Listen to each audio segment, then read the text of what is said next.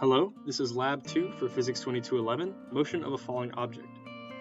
As a brief introduction to the purpose of this lab, realistic falling objects were modeled basically with the inclusion of drag, along with ways to model drag and ways to calculate drag through the momentum principle.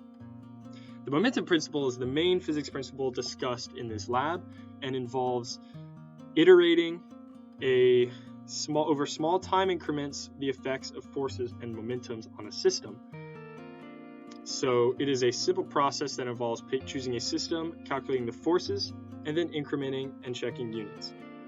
On the bottom is a slew of equations that are used throughout this, mostly focusing on force of gravity, net force being the sum of all the forces, and this combined kinematic equation.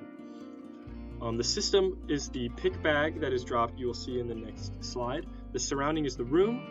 The force of drag and gravity are the two forces acting on the system, gravity greater because the bag falls, and the increment time is 1 millisecond.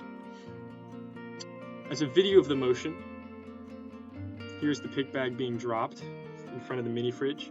Down here is the model graph of the tracking points in the tracker, and here is a screenshot of the tracking being applied, as well as a 1 meter tag for the height of this mini fridge. As for the code, the net force being the sum of all forces, it is the sum of the force of gravity and the force of drag. Force being mass times acceleration, g is the acceleration due to gravity, and b is the acceleration due to drag, and the mass of the ball is simply factored out. So for the position, the acceleration, the net force is divided by the mass as also part of F equals ma to get acceleration, and multiplied by delta t so that it is in units of meters per millisecond and not meters per second, because the time scale we're checking is in milliseconds. Same thing with the position and velocity. As for the results, the green dots are the tracker data. The blue dots are a glow script simulation with no drag, and the yellow dot is a glow script simulation with the calculated acceleration due to drag.